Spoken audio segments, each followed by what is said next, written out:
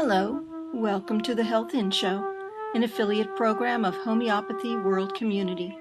You've come to the right place to tune in and participate with your comments and questions. Love is the greatest healer of all, but sometimes, in order to change our emotions, we must take action in other spheres of our lives. We speak with experts in alternative and complementary health fields and hope you will benefit in some small or great way. Remember, you are wherever your thoughts are. Make sure your thoughts are where you want to be.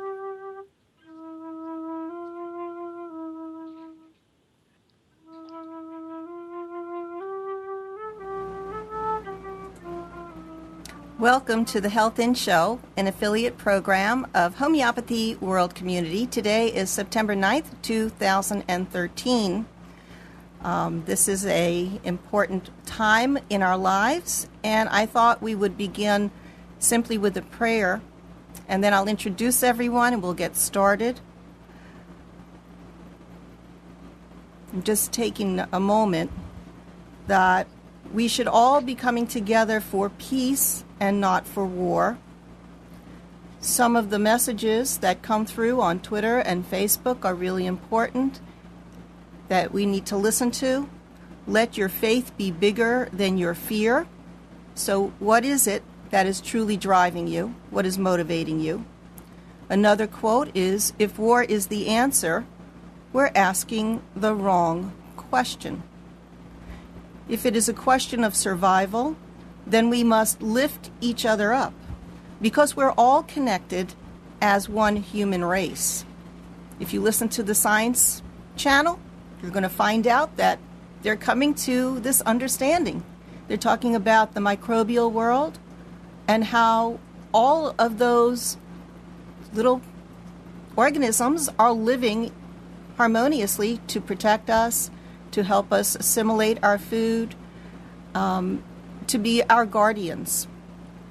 If you talk about competition, then let it be within yourself. Make yourself a better person. Track your own progress from your past records to the present time. So I want to welcome everyone who is joining us today. And a quote from George Santayana is, "Those who cannot remember the past are condemned to repeat it." And this is going to come up again and again as we hear the rhetoric, the news media, everything, all the messages that are coming to us, just like we filter what we breathe in through our nose, through those hairs, we must filter the information that is coming to us in the air, in the airwaves. And I am so pleased today that we have with us Joette Calabrese from Buffalo, New York. And also calling in on the line is Dr. Deepak Sharma of the Orbits Clinic, New Delhi.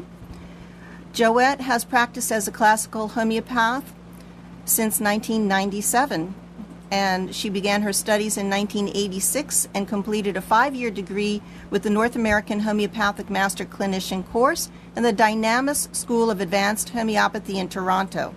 She studied with world-class homeopaths. Many of you will know and recognize their names: Lou Klein, Jeremy Scher, Jan Scholten, Andre Sain, Richard Moskowitz, Dr. Ramakrishnan, so many. And we have a wealth of information and experience. So you can find her on homeopathyworks.net, join her on Twitter at homeopathyworks, and I'm sure she'll give us more contact information. What you can do out there right now is click the tweet button somewhere on the page and bring another person in. Go to your Facebook and say, this show is live now, and we're waiting for your call, your opinions about the media news, the threats that are coming at us. So you can read it right on the front page. Joette.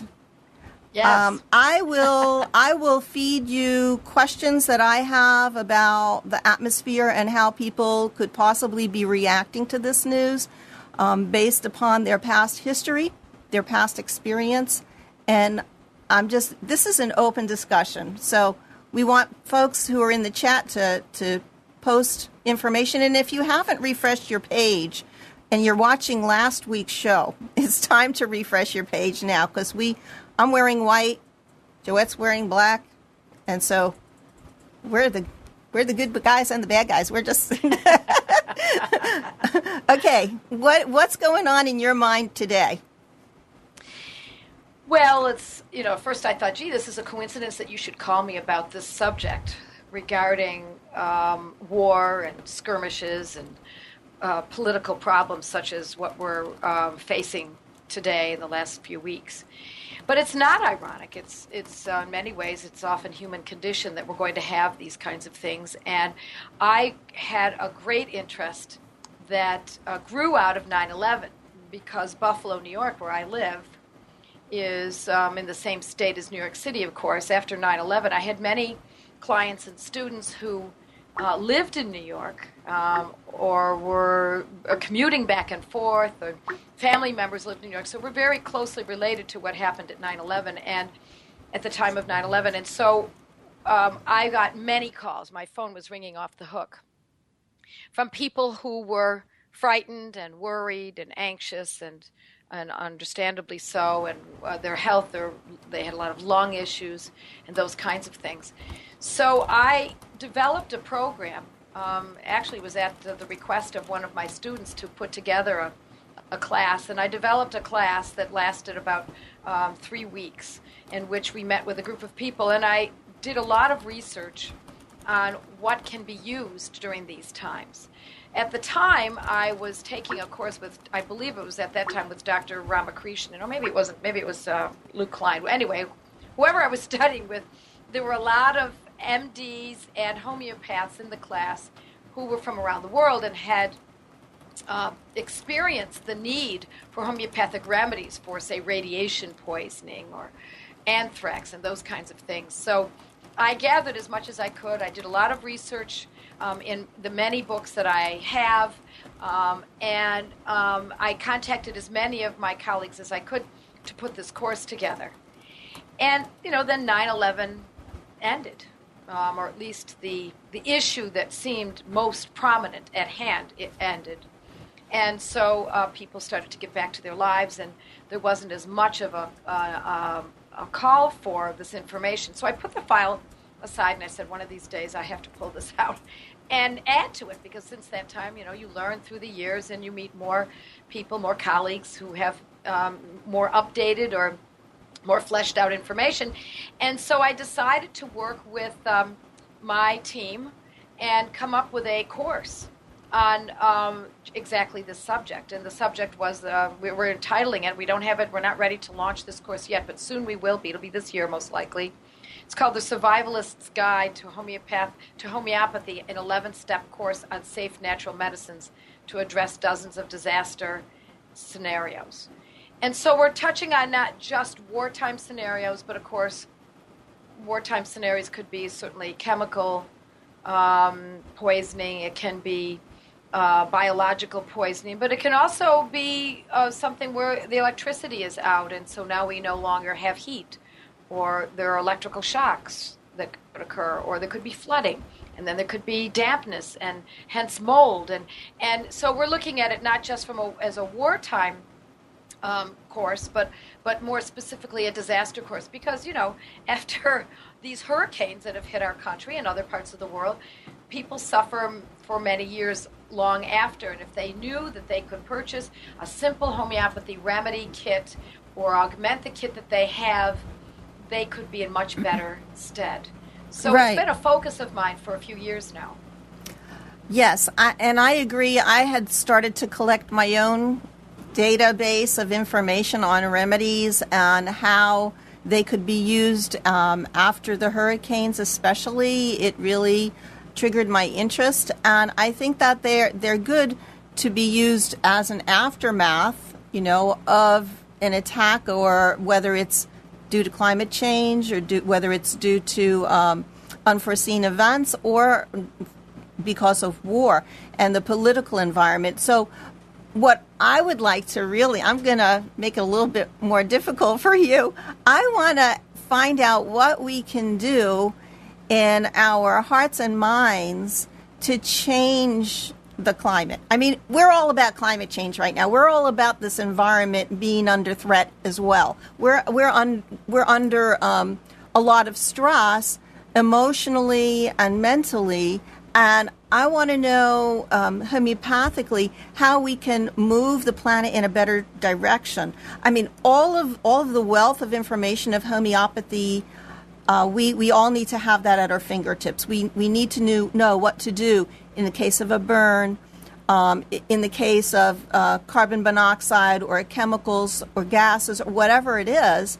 But we also want to prevent it and get to the root of the problem. We want our psyche and our minds to be in a place that is more holy. I mean, I feel like we need to understand that we are part and parcel of everything that is happening. And if we put ourselves in a mindful state, then we can stop right now. I mean, I think it's happening personally.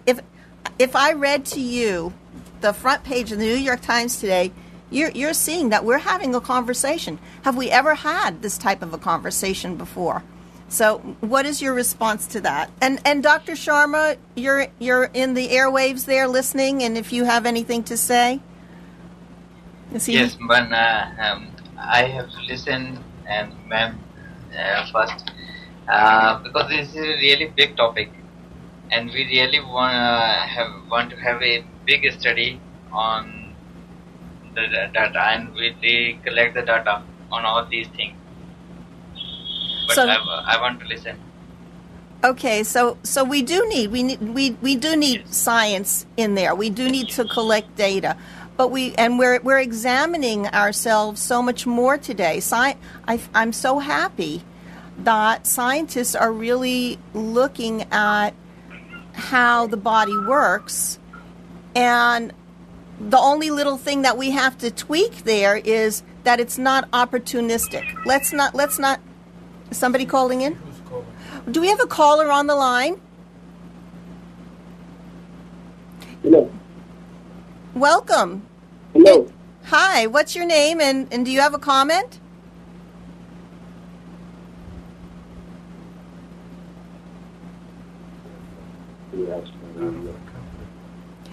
Maybe it's hard for him to hear. So, but what I'm saying is, the scientists are understanding about the importance, and this is something that you're really intimately involved with, is Weston Price and the gut and the biome inside the body and how all of it is working. Yes, we need to feed our body and our mind and our spirit, but let's not let them take advantage to create a patented product from what the bacteria are producing. It's backward thinking. It's truly backward thinking. It's holistic, and you just can't interject one little component of the entire puzzle. So I agree. I agree with you. Okay, so you take off now. I agree with you. I don't know that my answer is going to be what you're looking for, but I'll give you my take on it. I believe that all of us, function best when we don't act out of fear. And it is fear that drives us to overreact, to act irrationally, and to make decisions that might be poorly founded, not only for ourselves, but for humanity in general. And so one of the reasons, of course, I'm involved with the Weston Price Foundation is because the organisms in the gut are really just a representation of the organisms on this earth when you think about it. You're right, we're all interconnected. So if each of us takes full responsibility for ourselves, and I often see that many of us have given away our responsibility to others, thinking others know better. But if we take full responsibility for ourselves, and then it's like Maslow's, I think it's a pyramid. The hierarchy, for ourselves, hierarchy, exactly. And then take responsibility, of course, then for our spouses, our children, our grandchildren. And as we take responsibility for each of these, we go outward.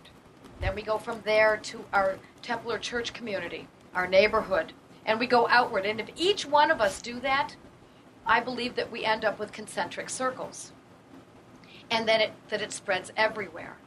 If instead we believe that there's someone else who knows better than we, not that there isn't information out there that's not worth gleaning and studying, but if we believe a decision should be made by someone else that relates to our well-being and our family's well-being and our community's well-being, and we don't do our homework, that's when we get into trouble. And these decisions are often made out of fear. So I hearken back to one of my favorite homeopaths, Dr. Dorothy Shepherd, who during World War I was a conventional MD working in London. And she was working in the emergency room and dealt with, the atrocities of World War I, and was working strictly as a conventional allopathic MD. In between World War I and World War II, she studied homeopathy, went to homeopathy school, and returned to her station of sorts during World War II when England again was under siege, and she saw the same kinds of atrocities. She saw mental shock, anxiety, of course, burns, etc., etc. We could go on and on. And what she found was that, first of all, that the methods that were used during World War I with her conventional methods were rather archaic. And so on employing the homeopathic methods, not only was she able to use these homeopathic remedies for immediate use, such as burns and lacerations, etc., but she was also able to educate those who came to see her as to how to use remedies for anxiety and fear and anger and hatred and the insomnia and all of the kinds of sufferings that humanity suffers during a situation such as this. So to me, it falls back on as much as I would love to see this done more on a global level, my focus is on teaching families how to use homeopathy so that they can protect themselves, and then they turn other families onto it, and then they turn their minister and their priest and their rabbi and their et cetera, et cetera. And we keep passing this around, this information, and hopefully that's what makes the world change. Because, as you know, Margaret Mead, and I will not get her quote exactly right, but she said something to the effect that don't ever believe that only one person can change the world. Indeed, it's the only thing that ever has. And so if we start from home with our calm and our prayerful work and our homeopathic remedies that inspire those first two in many ways, then we can perhaps allow the ripple effect to go through the world. I mean, that's idealistic perhaps, but what else do we have? I mean, I don't know. Maybe many people have other options here, but the way that I see it is that these are choices. And I like to choose my choices based on my knowledge, and this is my knowledge. Right. And so what we need to do here and everywhere that we can in our local community and on the social networks is provide this alternative information, which they're not getting from the mainstream media. Margaret Mead really did say it, right? And we are that small group of thoughtful, committed citizens who can change the world. And she said it's the only thing that ever has. So this is really true, and you're part of it. And just think of the power that you have out there to speak up and put your point of view across. Don't be afraid to talk about what you think is the proper thing to do, because we're actually hearing two sides of the equation right now. I would love to read what it says on the front page of the New York Times, because it says on both sides, Syrians make pleas to the United States. They're lobbying via email and social media. So we have a new voice, a new form of communication. And we're actually educated. I mean, the children, the younger generations, younger than us, it's part of their being, their way of life. They text everything, and it's their means of communication. For us, older folks, we've had to learn it, and so we're a little bit slower at. Oh, I should talk about the thing. Somebody did an art project and put 40 typewriters in the community in a city as a form of art, and people who were 30 years old didn't know how to work the typewriter and said it was so hard to press the keys. And for us, it's like second nature. So we do have a new form of communication, and the old form of communication is now viewed as a form of art and expression, that you're writing the word and you can't erase it. Whatever you say, it's permanent, and it's a beautiful thing. So it says, okay, we have a caller. I'll interrupt myself for you. If you'd like to say something, introduce yourself. Are you just listening? They're just listening. Okay. This comes from Beirut, Lebanon. Video from Kafran Nabel, and I don't know that I said his name correctly. A rebel-held, it's a place. A rebel-held village, Kafran Nabel.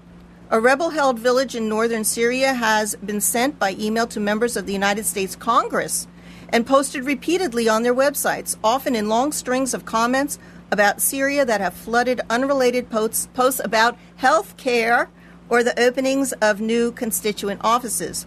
Quoting Ronald Reagan and Martin Luther King Jr., the video shows village residents who have lost family members in President Bashar al-Assad's crackdown on the Syrian uprising as they plead for American military strikes on their own country. Quoting, "You have to say yes," one little boy shouts. A little girl adds, "You should feel ashamed because you can save our lives, but you never want to try," unquote. On the other side, equally passionate messages are bombarding the offices of American lawmakers from Syrians and Syrian Americans who support Mr. Assad's government or simply oppose the armed uprising. They use anti-war slogans and symbols and stress the growing influence of al-Qaeda's linked militants among the rebels. And so you see, it's a very, very complicated issue. We do not have all the answers, and we want the answers from our leaders. So in terms of responsibility, okay, Joette, I'm with you there. Each of us has a part to play in where we go moving forward by our voice. And I would like, when that news came out that we might attack, I thought, lying in my own bed, I thought, what about the people lying in their bed over there? What are they thinking?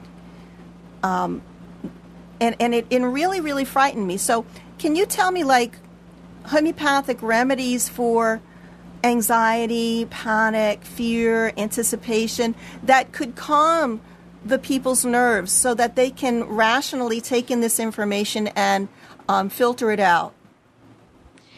Well, as you know, I think everyone knows this, that mental shocks can be the hidden cause of many chronic diseases. And so, if nothing else, that's important that we deal with this just even in the long run. And conversely, conventional medicines often cause trouble in the future. Trying to get off of conventional antidepressant drugs can be a trial in itself, and they often cause the very problems that they're intended to eliminate. So homeopathy can play a beautiful, proud, wholesome part of this picture. So for any type of anxiety, my top remedy that I've always chosen, that I love, is Ignatia, named after Saint Ignatius Bean. Ignatia is Ignatia. And it's not to be used generally just once or twice. You know, many people are under the misguided idea that you use a remedy once or twice and it's over with. Well, that indeed can be so. We can certainly see that, say, with an ear infection in a child, or even an extraordinarily high fever, something like that, a bee sting. But for the most part, it needs to be repeated. I know many folks own kits, homeopathy kits. I urge you, if you don't, to indeed own them. And if you're so inclined and would like to talk to us about it, we carry them in our office. But it's not the only place. You can buy these kits online. You can buy them from many health food stores, and I urge people to own these because you don't know what you're going to need until you need it, and the manufacturers of these kits know what you need pretty much because they've been developing these kits over the last 150 years. So Ignatia's in almost all homeopathy kits. I can't imagine that it wouldn't be, and most folks find that they get a lot of value from it using it twice a day, every day. Twice a day, every day? And that's a what, Ignatia 30C or 6C? Well, it can be 30C, can be 6C. Really? If you are more aware and have an understanding of homeopathy, then you can use higher potencies, but I urge people to use lower potencies until they get accustomed to it. And then, of course, you stop once you see that there's a real effect. When there's a powerful effect where you can say, okay, I'm going along my day. Yes, I understand there are anxieties in life or fears, or perhaps you're right in the midst of it, of that storm, so to speak. Then it might need to be used regularly, day after day. But you try it out for a few days, and then you're looking for that tipping point, just the place where you say, okay, I think I'm doing all right. And then if you stop for a while and it's needed again, then we reuse it again. And this is the way I've taught my students for years and what I've used in my own home over the last several decades. So I love Ignatia across the board. It's a beautiful remedy for anxiety and fear, even certain kinds of panic, mental shock. It's well known for grief. It's the top remedy for That's grief. Right. It is the top remedy for grief. Grief and loss. And so we think of grief and loss as losing a loved one, but it can be losing your stability, losing your security, losing your, if a kid loses their favorite doll. I mean, it could be just about any kind of a loss. And with that, physical symptoms might be headaches, a loss of appetite, cramps, muscle twitching, trembling, having nightmares. And you might tell if you're having nervous, giddy laughter. I mean, all of these things, wanting to, I'm on talking. He's forgotten about me, but that's okay. We love you, Amnon. So all of these different symptoms, we cannot just say Ignatia is the remedy for you. If the picture fits, that is the proper way to decide which remedy, because we have so many others to choose from. Aconite and gelsemium and argent nitricum, and those are top remedies. And perhaps a person has something specific that's going to help them. Maybe it's lacoquinum, maybe it's an animal remedy. So that's why it's always best to talk to a professional, an expert. Give Joette a call, give Dr. Sharma a call. I would be happy to direct you to somebody in your area. So this is really important. So we're asking you, if you feel like something is not right and out of balance, to keep a journal, write down exactly what it is. And as you look at it, you might be even healing yourself just by understanding what you're undergoing right at that moment. So tell me a little bit more about Ignatia. Maybe Dr. Sharma, do you have experience that you want to share with us? Yes, definitely. I always have the experience with the homeopathy, and the biggest thing is that whenever a person is taking the conventional medicine, he always said that, doctor, I am getting very irritable with these medicines. I am having more anxiety with the conventional medicine. But who are taking regular homeopathic medicine, either for any complaint, they are always saying, doctor, I am feeling better in the mental symptoms also. They always have a less anxiety than those are taking conventional medicine. So this is a big data. Very important. Is that not true? We want to see the emotional, mental come back alive and rebalanced. So we might even see some physical symptoms coming out a little bit more with a little bit more intensity. Joette. Debbie, I would love to read a sentence out of the desktop guide to keynotes and confirmatory symptoms by Roger Morrison, MD. This is one of my favorite passages in this book. In fact, it was so valuable to me that I actually dated the day that I discovered this particular sentence and how it has been useful for my family, myself, my pets, my livestock, my client students. It has become such an invaluable remedy for me, and that's been in Aconitum nipalis. I actually discovered this remedy to this degree. I mean, I knew what aconitum was capable of doing, but when I read the sentence, it resonated so strongly that I actually wrote in my book, discovered August 14th, 1994. It was very exciting to me. So, and here's the statement that was such a revelation to me. Aconitum can release a shock or fright that has been held in the body or mind for a lifetime.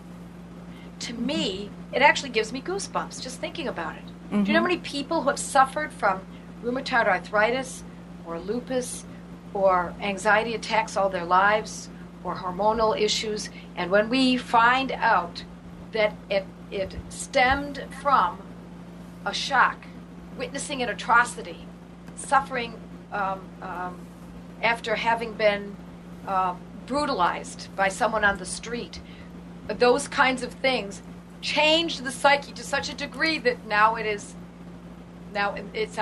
embodied in the physical aspect of the person. That statement has, in my estimation, saved many, many people. Just understanding the wherewithal of this remedy is gorgeous. So it's not necessarily a remedy we used before. It's certainly not a prophylactic. It's a remedy for when the shock is so extreme. For those people who are suffering in Syria, if only we could get them homeopathic remedies, so that those children who witness watching someone being killed or damaged, that will hold they will embody that on a cellular level their entire lives. Aconitum can help release that. To me, that's God's medicine. It's perfect medicine. I can't think of anything more powerful than something that was made naturally, is fully scientific, and distributed throughout the world for very little money. I can't think of a better method than homeopathy and this remedy in such a setting. I agree with you. I think Aconitum nipalis is a beautiful remedy. I can read for you. It's called Monkshood from Dr. Boericke, William M. Boericke, M.D. It says, for a state of fear, anxiety, anguish of mind and body, physical and mental restlessness, fright, is the most characteristic manifestations of aconite. Acute and sudden and violent invasion with a fever. So you think of it for your child who went out playing and the air changed, the weather changed cold, and they got a chill, and then they come in and at night they're going to come down with this fever and flushed face. He says they don't want to be touched, which is very similar to arnica. Sudden and great sinking of strength, complaints and tension caused by exposure to dry, cold weather, draught of cold air, checked perspiration. That means that you've stopped your sweating. Also complaints from very hot weather, especially gastrointestinal disturbances. It's the first remedy for inflammation, inflammatory fevers. And this is all Dr. Boericke speaking here. Serious membranes and muscular tissues affected markedly. Burning, so it's a sensation of burning, which we usually think of maybe arnica, arsenicum and phosphorus in the internal parts. Tingling, coldness, and numbness. And it's a flu remedy too. Tension of the arteries. Emotional and physical mental tension explain many of these symptoms. When prescribing aconite, remember that aconite causes only functional disturbance, he says. No evidence that it can produce tissue change, which he's talking about, a pathological tissue change. Its action is brief and shows no periodicity. Now, I'm not sure whether we agree with that today, whether new information has come to say that a person could use this not only as an acute remedy, but as a chronic remedy. Because we have complementary remedies in homeopathy. Aconite is related to Nature Muriaticum and perhaps other remedies. Sulfur. Yep. Sulfur? Yes, sulfur too. Okay, and so, I mean, these are broad spectrum. I'm using a medical term here.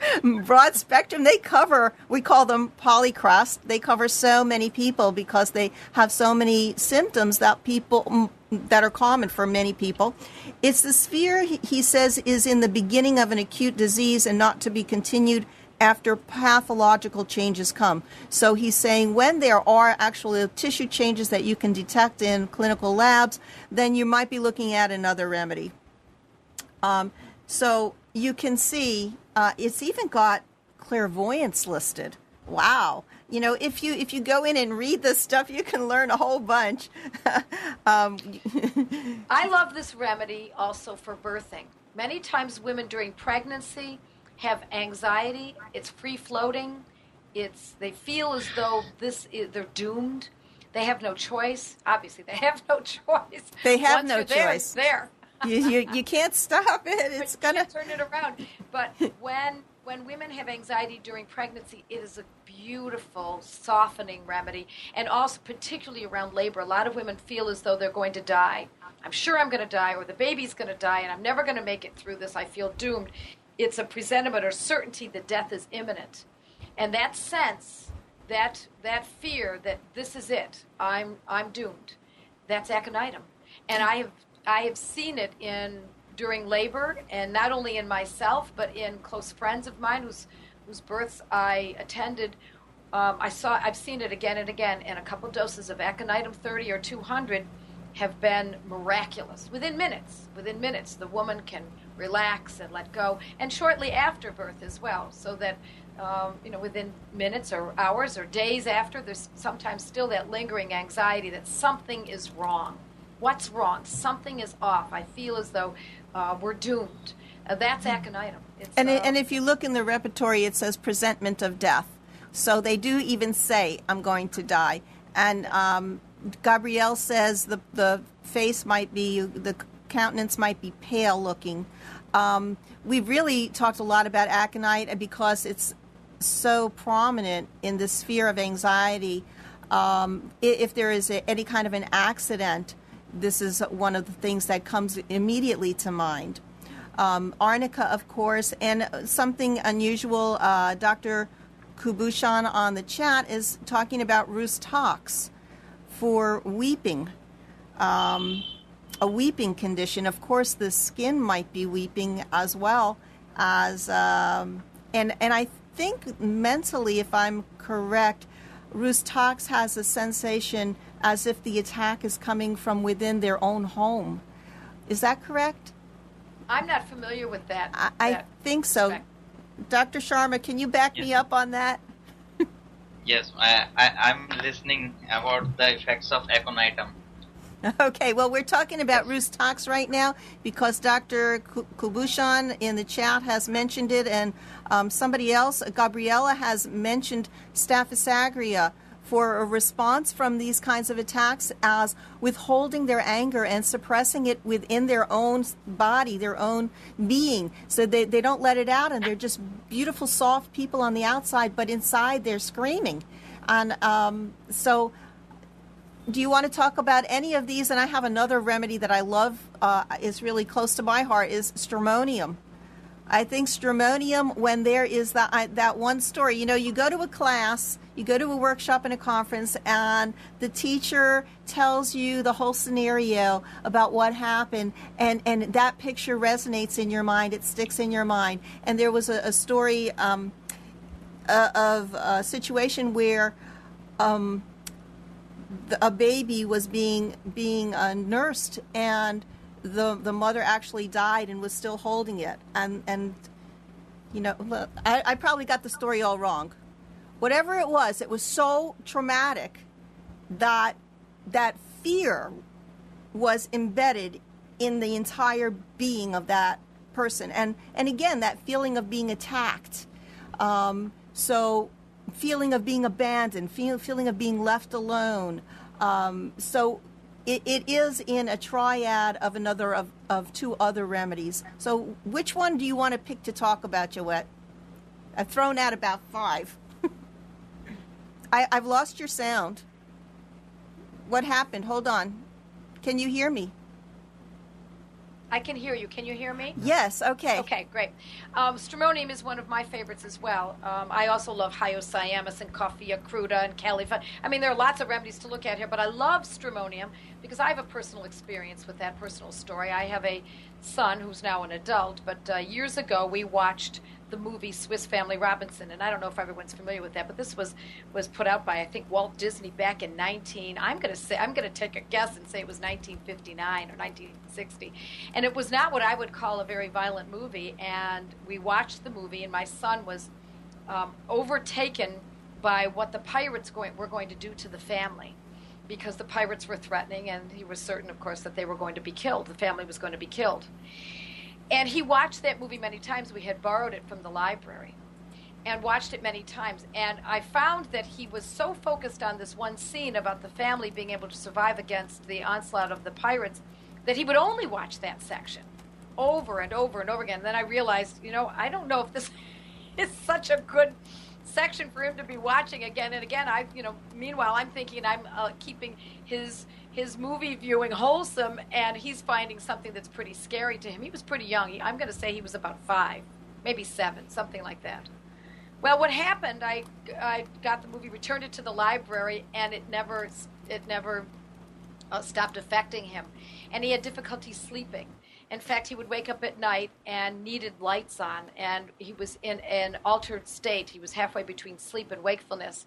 And it was I don't know if I can use the word violent, but there was a reaction in him that was definitely central nervous system, and he would yell out and call out in the night, and we could not calm him down. And it was shortly after viewing this. And it took about a few days for me to recognize that this must have been as a part of the movie. And I finally gave him stramonium. And I gave it to him twice a day for several days, and it calmed everything down. Now, that wasn't the end of it, though. Just around that time, Halloween came along. Oh, great. And we had someone come to our home with a very scary mask. And again, he was just a little guy. He was only about 5 or 6 years old. And when he turned on the lights and saw this face, it threw him into this state again.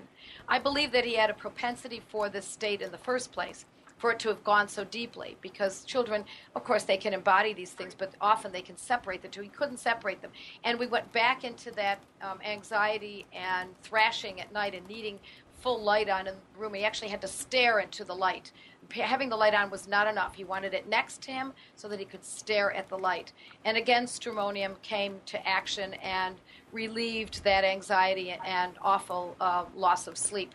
So I've seen it, and that's just one example. That's one that's dear to my heart because it's my own son, but I've seen it many, many times work beautifully. So any atrocity, to him, this was an atrocity. To him, my sense is that he was relating to the Swiss Family Robinson as though it was our family, and that we might be attacked by the pirates. And you live into the persona of the story.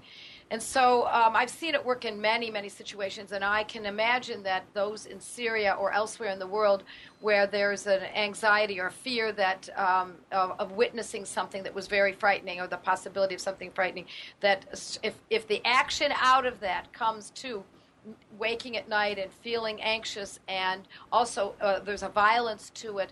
Sometimes the violence can show up in violent actions in the central nervous system, such as twitches. Fortunately, that never occurred for him. But needing light, requiring light in the dark, is often a need for this beautiful remedy, stramonium. Yes, stramonium has, you might see a child who is being uncooperative and destructive, striking, biting, tearing, smashing because of this violence. They feel like they're alone in the wilderness. They're all alone without mommy and daddy with them, or without any comfort or security. They're feeling forsaken, which is similar to the other remedies. And nighttime, night terrors, is the time when it's going to be exacerbated with this wild look in their face, half awake, half dreaming. And they want to crawl into bed with their parents. They want to have that security and be with them. And so it's really very much with fear and the element of light and also water. I have a question that I'm wondering, your son had a desire to keep going and watching this over and over again. Do you think that, what are the kind of movies that are, what are the ones that are like spooky movies called? Yeah, those. I can't go to those. No, I can't either, and I would never movies. have allowed my son to watch anything like that. Meanwhile, I think I'm giving him a movie that's wholesome and gentle. And but my question is, horror movies are really popular today, and is this because you think people are teens and whoever they are stuck in a state of needing to relive it or get it out in such a way Good point, that Debbie. That's an interesting point.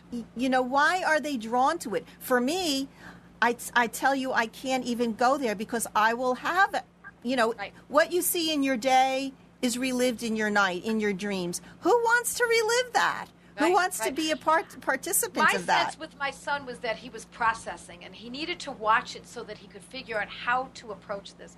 How did he process this? Well, it was watching it, and then when he would play with his Lego guys, he would have the family set up, and then the bad guys would come, and the family would kill the bad guys, but the bad guys would always kill somebody, the dog or something. It was always some kind of a threat that was.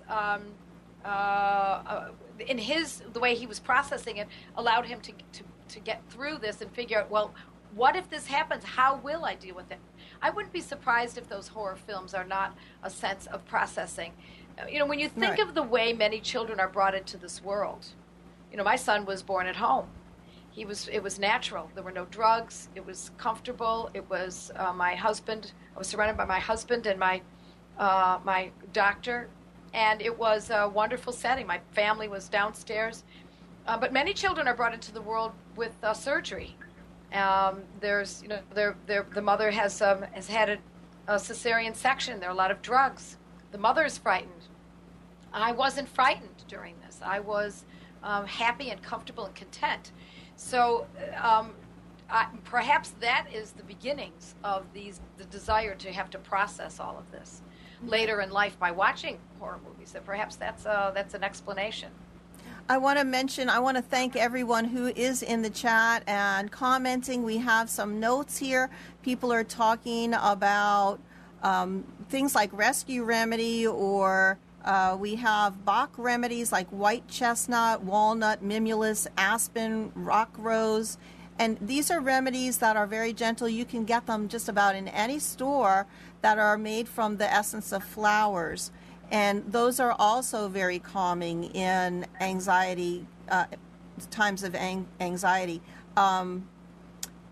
Somewhere, Gabrielle is talking about different things of triads of remedies, that three remedies are working in relationship to each other. And one other one, Dr. Kubushan also talks about Kali phosphoricum to combat these kinds of conditions. I know, Kali, natrum phos is for nervous energy. What do you say about Kali? I see Kali phos as central nervous system. I see natrum phos having more to do with toxins, but I mean it certainly can be useful. But Kali phos is our number one, and I would say calc phos 6x also. If we're talking about those 6x's, cell salts. And 12X's. I like Kali phos and calc phos. We haven't talked about nutrition here at all, and being a homeopath, that's my primary interest. But I can't stress enough, and this is so controversial in our world today, the importance of saturated fats in order to keep our central nervous system sturdy. Coconut oil, high-quality butter, those kinds of fats, cod liver oil, those kinds of fats are important to keep us strong and sturdy in the central nervous system. We need them for the brain. We need them for the those were supposed to be the enemy. The saturated the saturated fats were the enemy. So you see how we have been diffused, or what's the word? Diverted confused. From the confused and diverted from the actual true facts of what we need to be whole. Are these fats? And we're living on a diet that is processed and remove the fats. And now we have all the disease. Amy says we were duped. Yeah, we all believed it, and well, maybe Joette didn't believe it. She did her own thing and totally farm raised. No, I believed it too years ago, but I learned about 30 years ago that this was, maybe more, it was more like 20 years ago, that I realized that this low-fat paradigm was based on the lipid theory. And the key word here is theory. Theory. It was never proven, although Yeah. it always sounds as though it was proven. And the modern medical organizations and trade organizations and associated organizations led us to believe that they knew, and they didn't. It was Right. just that simple. They didn't. We really should be eating like old-time Europeans, the way they eat in France and Italy and Germany and Switzerland and Belgium and all of those countries. Don't forget South America and that's Africa right. and the Philippines and Asia. And they all have a heritage that Right. provides wisdom for how to be healthy, and we need to go back to that. We only have about 8 minutes left, and I wanted to talk a little bit about what you said earlier, the repetition of the dose, and how we know that we might not be taking the right remedy. How long do you repeat that? Like you were talking about, take Ignatia twice a day. Well, how long do I do that before I realize, well, that's not the one that's going to help me? So No. I think that it needs a few days at least. So in some situations, depending on how severe it is, it might need more than just a few days. But if there's no better, then you reassess. Then you stop and say, okay, so what is showing now? Now what's presenting? Is it anxiety, or is it now anxiety coupled with sleeplessness? If it's indeed sleeplessness, then now it becomes the paramount part of the picture. Then we can consider, instead of Ignatia, we go to, say, coffea cruda. We have to constantly be monitoring and watching. That's what's lovely and what's also difficult sometimes about homeopathy. But the lovely side of it is that when we're taking care of our loved ones, we're paying attention. And what better way to take care of our family than to pay attention to them and watch? And I always call it the watchful eye of a mother, is much more observant and usually on the mark than anyone else, than most medical professionals on many levels. And I don't mean mother meaning natural biological children necessarily. It can be a mother is someone who's caring for pets. A mother is someone who's caring for neighbors and the elderly. So I use that word a little bit more loosely than you might think that I'm using it. right. So I mean, there are people in the listening audience who like specifics. You know, they like to be told, take this at this hour, at this amount. And I'm more flexible. I like to say, how does it feel to you? What does your intuition say? Do you think you need another dose? Do you think you need to repeat it? So for the folks out there who need more structure and guidelines, would you say, okay, 3 days, you can take the remedy and then wait for a week to see? Well, the reason I'm so vague about this is because I don't know who that person is. Do you know what I mean? Are we talking about a mother with 7 children, and it's her 7-year-old child who just witnessed the dog being hit by a car? Are we talking about a man who's running a business? I mean, there are just too many parameters here, and that have to be too many questions unanswered. When you feel better, you stop. If you're going for 3 weeks and you don't see a change, or 2 weeks and you don't, or even a week and you don't see a change, it's time to reconsider. Okay. Homeopathy is person specific. It's not like an aspirin. When you take an aspirin, you feel better, and then and you're done. Homeopathy does need more than that. And I will say that the only thing I think you and I disagree on, Debbie, Okay. is that I don't believe is that it's based on intuition. I think this is about as scientific as you can get. I believe that it's based on observation and noting what the changes are, and if you don't see changes within a couple days, it's time to reconsider. Thank you. I Yes, appreciate. you're welcome. I appreciate that. I mean, I'm not saying that you can't use intuition, but personally, I don't use tuition. I use scientific observation. Joette, this is Amnon. Here, everybody goes and says everybody should have an emergency kit at home. It doesn't come with a homeopath.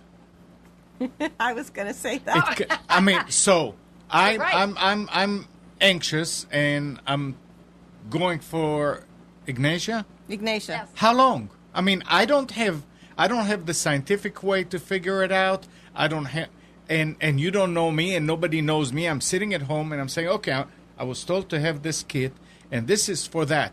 How long do I take it before I said, okay, that's not it?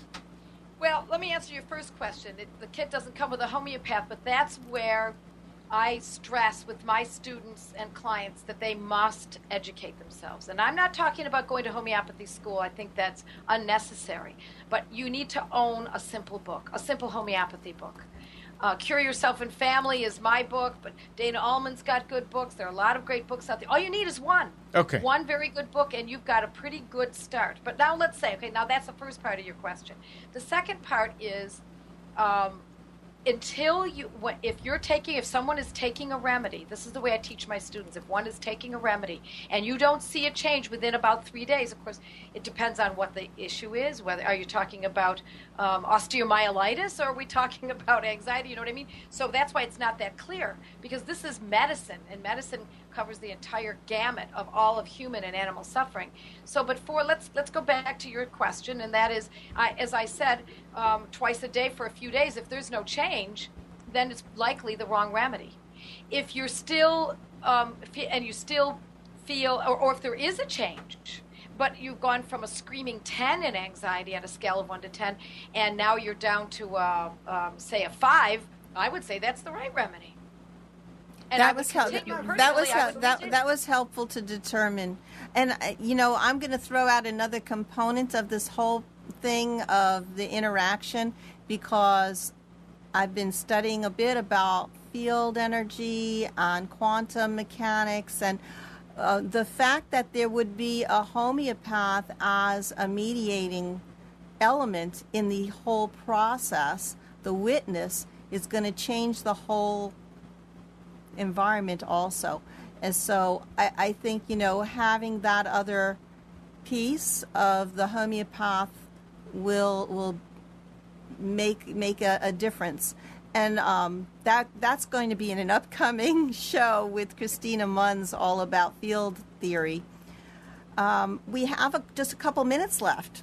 And I want to thank everyone who has tuned in today to listen to our show, and to anyone who has shared it. I want to thank Dr. Sharma for listening quietly in the background. He's a witness to our show today. And also to Joette, who jumped in on this opportunity at the last minute. If anybody saw the announcement for Nancy Gale, she's going to be coming in, I think it's either October or November. In the meantime, we're going to have next week Linnea Hahn. She's going to talk about full spectrum lights and the power of light, vitamin D, and how it affects all of our system, how it can improve mental clarity, ADHD, autism, our dental caries. I mean, it affects everything. It's the sunlight, and she's talking about full spectrum lights. On Thursday, Blog Talk Radio, Alan Phillips and I will be on Blog Talk Radio discussing vaccinations and your rights in the U.S., plus current events. There is a never-ending stream of information concerning vaccinations, the ingredients, the effects, and how it impacts you, your family, your kids, and what you can do legally in that realm. So I want to send, I started out with a prayer. I want to continue that prayer. If you can, stop for a moment during your day to do a little bit of the deep breathing, as recommended in the chat, some yoga stretches, postures, meditations.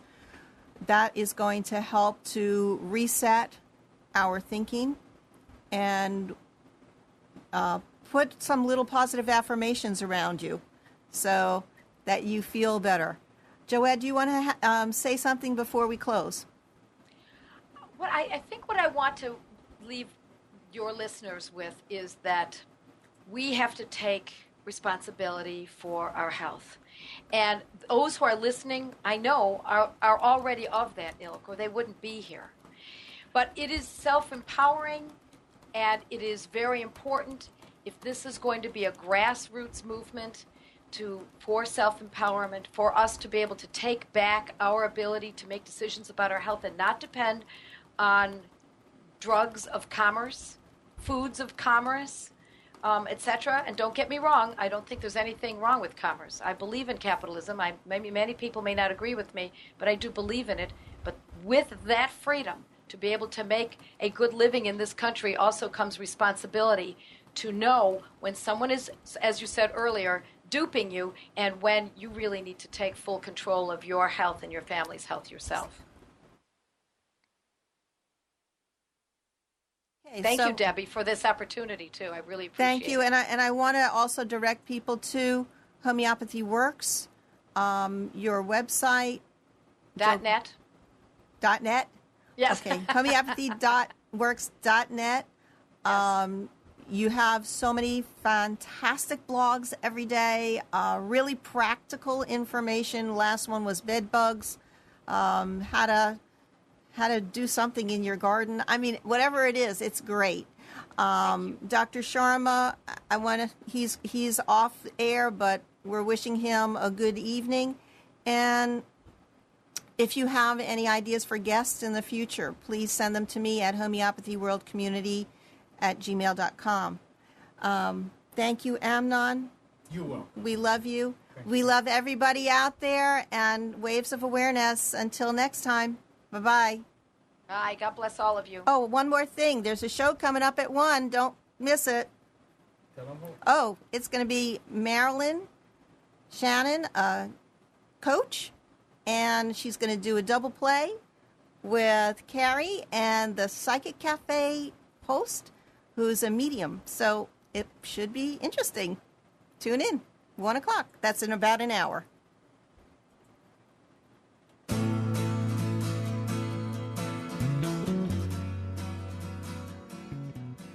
You are tuned to the Nissan Communications Network. Our weekly lineup of call-in programs includes Computers 2K Now with Amnon Nissan, Sundays, 9 a.m. till noon. Carrie's Psychic Cafe with Carrie Silkowski, Sundays, 8 till 9 p.m. Health In with Debbie Bruck, Mondays, 11 a.m. till noon. Breaking Free with Marilyn Shannon, Mondays, 1 till 2 p.m. Lessons of Vietnam with NCVVI members, the second and fourth Wednesday of each month from 7:30 till 8:30 p.m. Reawaken Your Brilliance with Julie Seibert, Wednesdays, 9 till 10 p.m. And if you tuned in too late, you can always watch each program in its entirety or download an MP3 audio file of it at www.nissancommunications.com. Sponsored by thatvidblasterguy.com, carolinaapparel.com, and deltaforce.net.